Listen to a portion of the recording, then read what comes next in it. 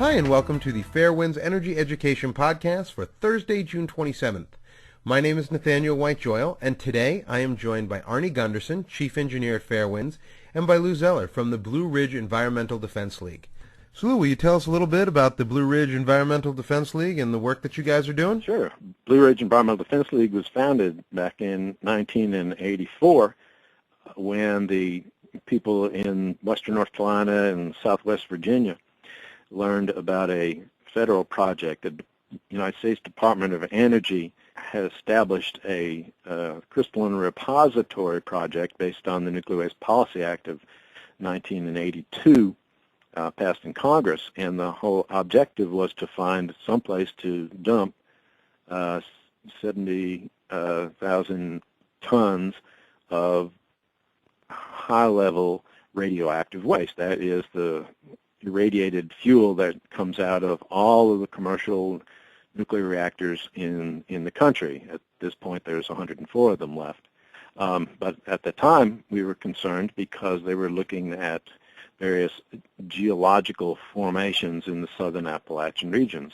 Granite rock, for example, is one of the media they considered for drilling a hole down 1,000, 2,000 feet and burying this stuff. They considered other areas in the country, for example, salt domes in the Mississippi, Texas area. They were looking at rock bodies and geology in Maine and Wisconsin and like I say, all across the southeast, particularly Virginia, North Carolina, and Georgia had some of those sites. And in fact, one of the 12 sites which had gotten preliminary screening, made it through the preliminary screening approval, was about 20 miles from my home in North Carolina, and so that's when I became part of the Blue Ridge Environmental Defense League that happened. I joined it in 1986, and I've been with them ever since. Now, the project on the high-level nuclear waste dump, evolved over several years, and what happened was that the outcry that we and others raised because of the serious questions, unresolved engineering questions and basic problems that there are with the whole fundamental idea of putting waste material, which is dangerous for 250,000 years, in a hole in the ground, ultimately caused Congress to change the law, and that happened in 1987, and that was called the Screw Nevada Bill, which they said, oh, well, there's not so much nuclear waste as we thought there was, so we only need one dump. See, originally they had planned to have one in the east and one in the west. So anyway, that of course, fell apart early during the last few years, where Yucca Mountain site in Nevada was also deemed to be unsuitable. So basically, they're back to square one. But Blue Ridge Environmental Defense League got founded, like I say, back in the 1980s because of the threat to the public health, threat to the communities in our backyard. Thanks, Lou. So let's shift direction here. Let's talk about the shakeup at the top of the Tennessee Valley Authority and how the merger between Progress and Duke Energy fits into that. And maybe you can fill us in a bit on the response that the Blue Ridge Environmental Defense League has had. There's been a new chairman of Tennessee Valley Authority who previously came from Progress, and he drove Progress into the ground by allowing Crystal River Unit 3 to sit for 4 years when it couldn't be repaired, and also pumping a couple $1 billion into Levy County, an AP1000 plant in Florida. It was TVA announced back in November last year, 2012, that they had hired William D. Johnson, Bill Johnson, the former chairman and the chief executive officer of Progress Energy, to become president and CEO of TVA. This was to be effective January of this year. So the way that meeting happened, the way that decision was made is highly questionable to begin with, Arnie. But they hired the former Progress CEO, who was fired by Duke within a matter of hours after the Duke and Progress merger had occurred, and without even a formal meeting, without a formal vote. TVA did this and hired this man using a procedure which is called notational procedure. So in other words, members of the TVA board cast votes without any deliberation or discussion. They voted separately, and according to the TVA statements and a review by their Inspector General, they meant that they could not discuss the candidates' qualifications or otherwise deliberate with one another about the selection. Basically, the board hired a pig in a poke and agreed to pay him millions of dollars without even so much as a conversation. So that is questionable there. This is one that sent off alarm bells all across the area that Blue Ridge works in, which includes, Tennessee, Alabama, Georgia, and elsewhere. Hang on here, Lou. So you're telling me that the guy who drove Progress Energy into the ditch, who then got a job with Duke that he was thrown out of after he had been on the job for all of about 6 hours, was hired by Tennessee Valley Authority without deliberation? Yes. Okay, I just want to make sure I got that clear. But the Duke and Progress merger is equally suspicious because the way it happened, the TV Duke Energy and Progress Energy have created this giant investor-owned utility. In fact, it is now the largest investor-owned utility on the planet, and that's according to the present CEO, Jim Rogers, of Duke Energy, of the merged corporation. It was a $26 billion merger between these two companies with headquarters in North Carolina, but with operations all over the eastern United States. So the merger happened, and as you said, within a matter of hours, the man who was supposed to be CEO of that merged company, Bill Johnson, within a matter of hours, he was booted. It was kind of a boardroom coup, I think the Wall Street Journal described it as. And they replaced him with Jim Rogers, who had run Duke Energy before the merger deal. And this was a lot of bitter, acrimonious debate, which happened at the time, letters back and forth about bad faith and all in it. And, we had questions about this as well. Many of us in North Carolina that follow the details of Duke Energy and Progress Energy over the years had questions about this and raised the issues before the State Utilities Commission. For example, Progress board members seem to be very unhappy about it. They said that they would not have voted for the merger of Duke and Progress had they known that the former CEO of Duke, Jim Rogers, would remain as CEO of this new company. Frankly, I think the Progress, even though they lost their head, still came out pretty damn good. Their company was in the ditch. The Crystal River was falling apart, or had fallen apart. Levy County is never going to get built, and they've got a couple billion sunk into it. And the Brunswick plant, which they had also been operating, had poor operating ratings. So here's a company that was in the ditch, and Duke pulled them out. While the board of Progress may be upset, frankly, I think they didn't have much of a bargaining position here. Well, it may be crocodile tears, because Bill Johnson got a sweetheart deal.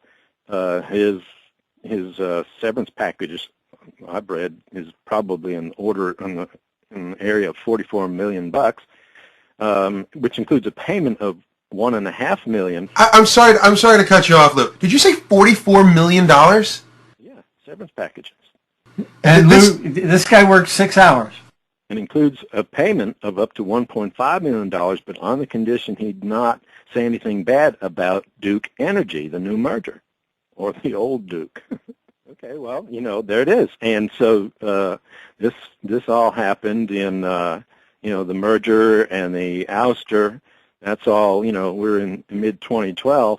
And then so a few months later, Bill Johnson shows up to Knoxville, Tennessee, TVA headquarters as their new boss. And it's with similar kind of shenanigans,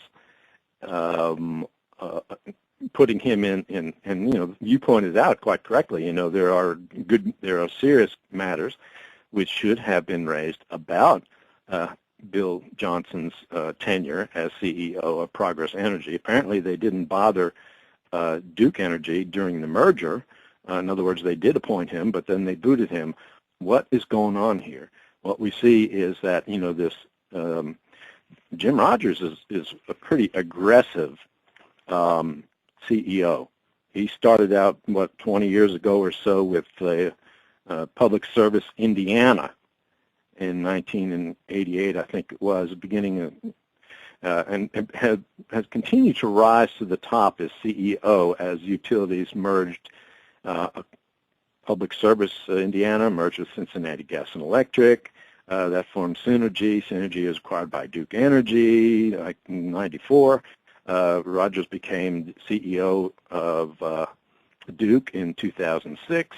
And so there is an aggressive move on the part of these captains of industry to consolidate and merge.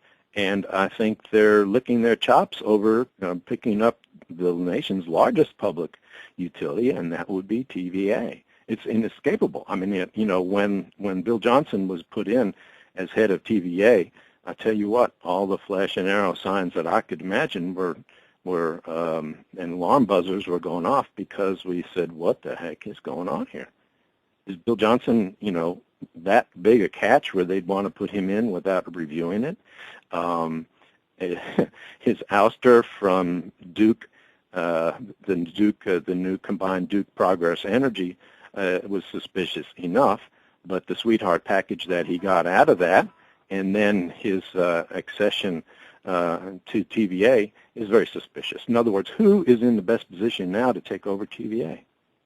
If indeed it goes on the chopping block, because the president, in his 2014 budget, has ordered a review of the sale of TVA to private interests. Even though TVA operates solely for income from ratepayers, it has a debt of $25 billion, certainly, but the debt's not backed by the federal government. In other words, taxpayers are not liable for it, but it is included in the overall federal debt total. So does the sale of the utility eliminate $25 billion worth of red ink with the stroke of a pen for the federal government? Is that in the interest of the United States to do that at the cost of jettisoning an agency like TVA, which is, despite some of the mistakes it has made, still, I think, a good example of a public utility which did very many good things in its early years in particular, and I mentioned those in terms of flood control and improvement of the economy in the Tennessee Valley area. So TVA's been spending money like a drunken sailor on building new nuclear plants, and I use "new" in quotes because what they've done is they've gone out and they've found old nuclear plants that have been left to sit and rust, and they're trying to bring them back to life. Watts Bar is one, and Bellefonte is another. And we did a big story last year on Bellefonte, and listeners might want to go back and check that out. But here's a plant that was shut down when it was 80+% built. It was put in mothballs for 20 years, and then it was cannibalized. And when they cannibalized it, the NRC terminated their license. And 2 years later, after it was cannibalized, they went back and they said, whoops, we made a mistake, we want our license back. And we don't want to go through the hearing process. And the Nuclear Regulatory Commission agreed with the dissenting vote of a member of the commission called Yasko, who ultimately became chairman. So So Bellefonte had life breathed back into it, but it also had a lowball estimate given to the board of directors at TVA that they could do it for $1 or $2 billion. Now, in fact, it's probably up at $6 billion to $7 billion to finish Bellefonte. And the board, once again, is having second thoughts and has mothballed Bellefonte again. They've got 100 people there just basically sweeping the floors and keeping the rats from eating the wires. Same thing happened at Watts Bar. Watts Bar started with a $2 billion estimate, and now it's pushing 5 or 6, and it's not done yet. So TVA's got this huge debt it's incurred by building new old nuclear power plants that were canceled years before. I guess it's that nuclear liability that's pushing TVA pretty close to its debt limit. I think so too. I think that's a good example. They started Bellefonte and then they abandoned it, mothballed it basically, like you say, and they ran into trouble when they were trying to license 2 additional reactors of the new Westinghouse AP1000 reactor. They were supposed to be a Bellefonte 3 and 4. But they ran into some problems. I think we raised some serious arguments against what they were doing there in its licensing procedure. Partly what happened, they've kind of retrenched and gone back to trying to get licensed, which they have gotten approval from NRC to do, is to build Unit 1 of that old reactor design, which they had already cannibalized and removed much of the piping and whatnot, and for other purposes. But Bellefonte is predicated on finishing construction of Watts Bar Nuclear, which is just upstream on the Tennessee River on the Tennessee side. Bellefonte 1 would be constructed with funds which they would get from selling Watts Bar Nuclear Unit 2. It's all out there in the public record. It's on the website. You can read it, and I'd be happy to talk further about it. But yeah, there is some funny business going on there, and connecting the dots, again, we see 2 of the nation's largest, most aggressive investor-owned utilities involved in these merger shenanigans, the end result of which is an ousted CEO soon becomes chief of the nation's largest public utility, which may now be put on the auction block. So, Lou, can you tell me how this is going to affect the ratepayers? Well, there is a rate hike hearing coming up for Duke Energy, the third rate hike before the North Carolina Utilities Commission since 2009, which would boost average residential rates by 13.9%. and small business rates up to 10.7%. These rates would be 30% higher than they were in 2009. So here's Duke Energy, now Duke Progress Energy, still boosting rates here. And there's a hearing coming up, an evidentiary hearing coming up on July the 8th in Raleigh. And we and other groups in the Carolinas are challenging that rate hike. 30% over 4 years in the middle of a recession. Couldn't they take that from the $44 million they just gave to the CEO? I mean, it's really outrageous what's going on here. A protected monopoly with captured ratepayers, Duke seeking guaranteed minimum profits of 11.225%, 11.25%, which way exceeds market level returns. My God, that's amazing. So the hearing is coming up in North Carolina, and it's on the 7th, did I hear you say? It is on the 8th of July, which is a Monday. We'll look forward to hearing your melodious voice there, protecting the ratepayers of North Carolina. On the other issue then of the TVA ratepayers, if TVA were to be sold, they would be less protected than they are now. So it's likely that their rates would go up too. That would be my guess as well. TVA has its own board of directors. It's a little bit different than the corporate structure of the investor-owned utilities. I was at the Duke Energy shareholders meeting earlier this year. It was my first Duke Energy shareholder meeting, and I came out of there shaking my head there because it seemed like a dictatorship. I mean, Jim Rogers was in total control, and even the people that had stock, voting stock, and could participate in the meeting, basically treated like mushrooms. I mean, all the business was handled cut and dried, and before he even opened the floor to any questions from investors. And that's not a public hearing. That's a Securities Exchange Commission governed type meeting. TVA's board operates a little differently than that. It is more open to the public. I've been to TVA board meetings, and they're held in various places or in their service area.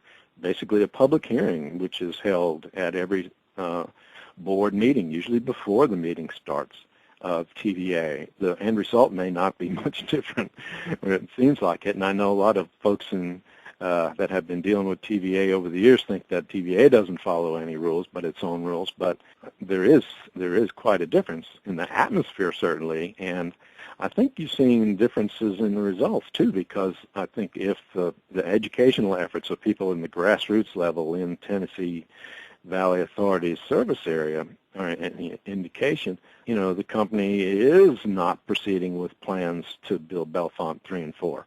It's a major hawk, but it's a different corporate culture. It certainly is. But be that as it may, TVA is this somehow a desirable property to some kind of private entity such as investor-owned utility, and if it's not Duke in Progress, then who else would have the kind of bucks necessary? What makes TVA attractive is they have a lot of customers, and they're captured customers too. It's not like a grocery store where you can pick, if you don't like one grocery store, you can move to another. So that's why Duke bought Progress, was to get the customers. And the same thing could easily be said for buying TVA. The other thing I wanted to talk about is that Progress Duke and TVA have almost every ice containment plant in the country. The ice containment, in my opinion, is the second most dangerous containment we've got in the country. The first is the BWR Mark I containment, like Fukushima Daiichi, and we've got 23 of those. And I'm on record as saying that those plants should be shut down because that containment design is just not safe. But the second worst design are these ice containments, and TVA's got a couple, and Duke's got a couple, and I think between them they come up with 7 out of the 9 ice containments are owned right there in the southeast. What are you guys doing about the ice containments? Well, can you first fill us in on what the ice containments are? Yeah, that's a good idea. It is not a giant igloo made of ice. What it is it's a nuclear containment is concrete with a steel liner. But this ice containment is much smaller than normal nuclear containments. And what they did to drop the pressure in the reactor is that they, after an accident, is that they run the steam through ice that's attached to the sides of the containment. And the ice melts and cools the steam so that the pressure shock to the containment is lower. Now, anybody who's put ice in your ice box for 40 years realizes that it's not there when you go to look for it. And these containments are designed to hold ice for 40 years. Ice sublimates, which means it just disappears right into the air over time. So the ice containments over the years have had all sorts of problems. The ice sticks together, the ice disappears. There's all sorts of technical fixes that are designed to keep the ice in good working order. It's never been tried, thank God. There's never been an accident to see if it would work. But to my mind, it's way too complicated and way too small. If the ice doesn't work, the containment's too small to handle the pressure shock. And that's why they're so dangerous. Yeah, that's why they're so dangerous. And so anyway, there's a couple that TVA owns, and there's a bunch that Duke owns, and they're essentially all in that same part of the country. That's right. It's a complicated system you just described. I mean, 2,000 baskets of ice with doors and channels which get stuck, settling of the structures and whatnot, and and ice jamming, various parts of the machinery. But this is all done, this was done as a cost-saving measure because concrete and steel are expensive to construct, and so they got away with a much lower strength containment building, that dome-shaped building that you see over the reactors. And so it's got half of the strength it would need to withstand a typical pressure rise in a plausible accident. And this comes from outfits such as Sandia National Laboratories. They did a study on ice condensers years ago, and so there is a fundamental problem with this ice condenser technology. And you're right, there are two of them at Catawba Nuclear Power Station, operated by Duke in South Carolina. There are two of them operating at McGuire in North Carolina, also run by Duke. There are two operating at Sequoia Nuclear Station, which is in Soddy Daisy, Tennessee, just north of Chattanooga. There's one at Watts Bar, and there's one under construction.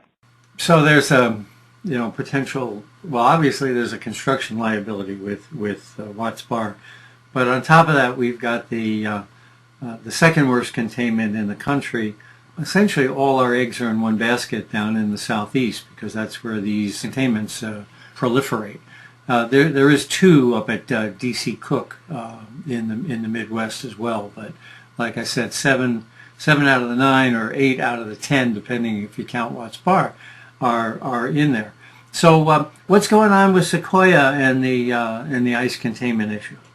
Well, a few months ago, Blue Ridge Environmental Defense League filed an intervention with the Nuclear Regulatory Commission because TVA had submitted an application to renew the license of the Sequoia nuclear power plant reactors.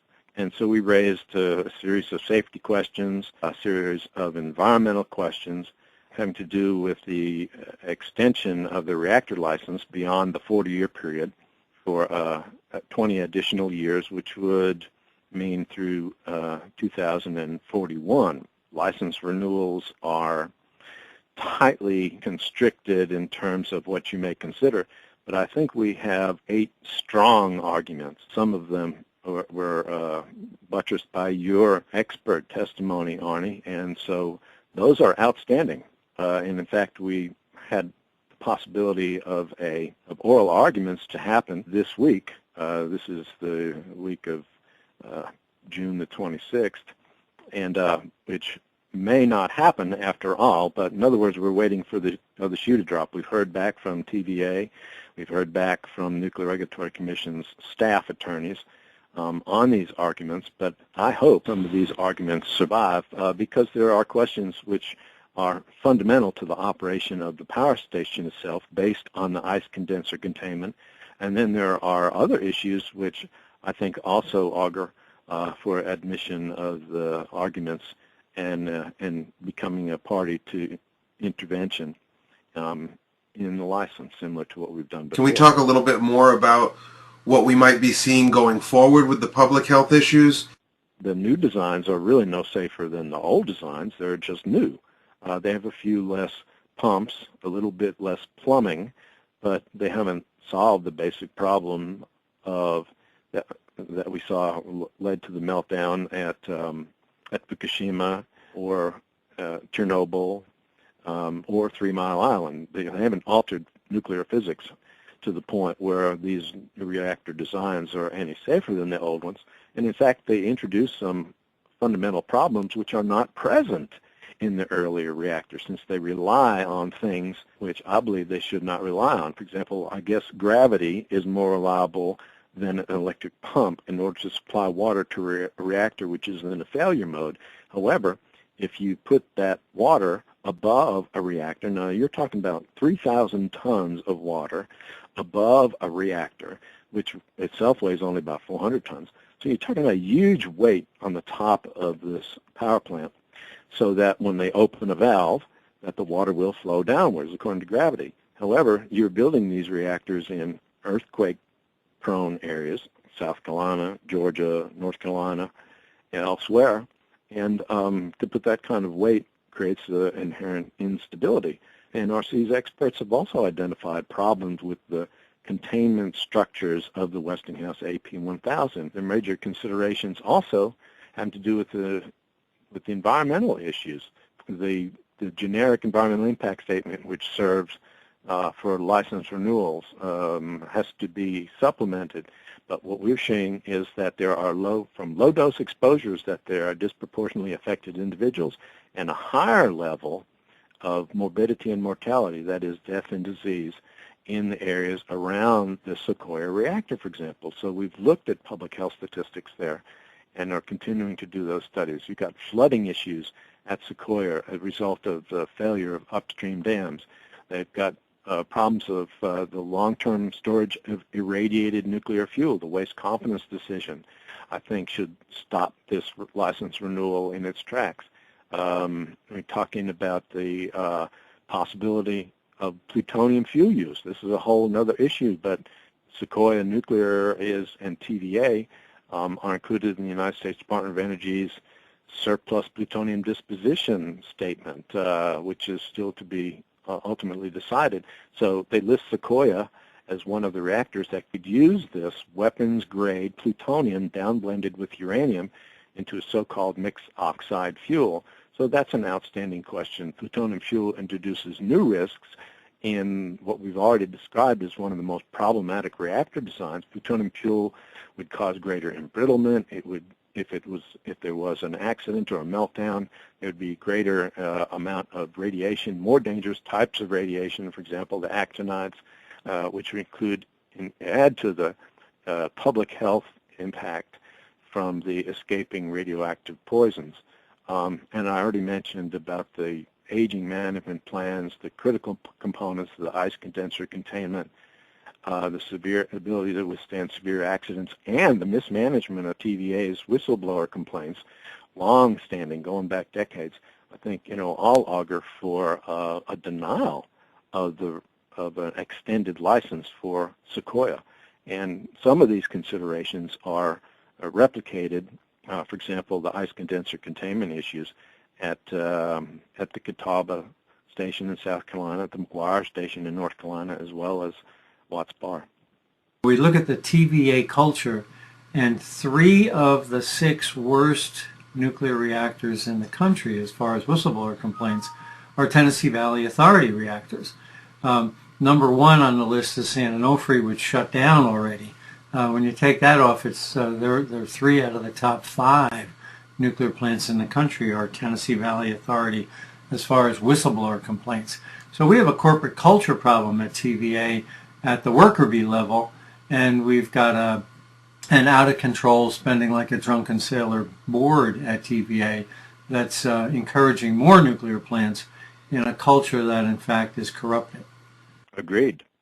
This is a very bad situation, and I just wish that TVA would listen to its better angels and go back to doing what it did well from the beginning, which is flood control and alternative renewable energy. They are doing some of that, and I think they should do more of it. Of course, that goes for the investor-owned utilities as well, but TVA could be the draft horse for the green energy revolution if they would just wake up and smell the coffee. And on that note, we're going to wrap things up.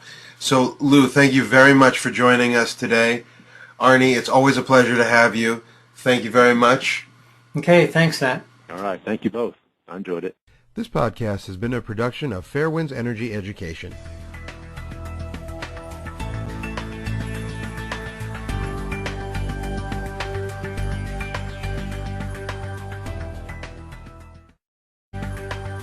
Hi, and welcome to the Fairwinds Energy Education Podcast for Thursday, June 27th. My name is Nathaniel White-Joyle, and today I am joined by Arnie Gundersen, Chief Engineer at Fairwinds, and by Lou Zeller from the Blue Ridge Environmental Defense League. So, Lou, will you tell us a little bit about the Blue Ridge Environmental Defense League and the work that you guys are doing? Sure. Blue Ridge Environmental Defense League was founded back in 1984 when the people in western North Carolina and southwest Virginia learned about a federal project. The United States Department of Energy has established a crystalline repository project based on the Nuclear Waste Policy Act of 1982.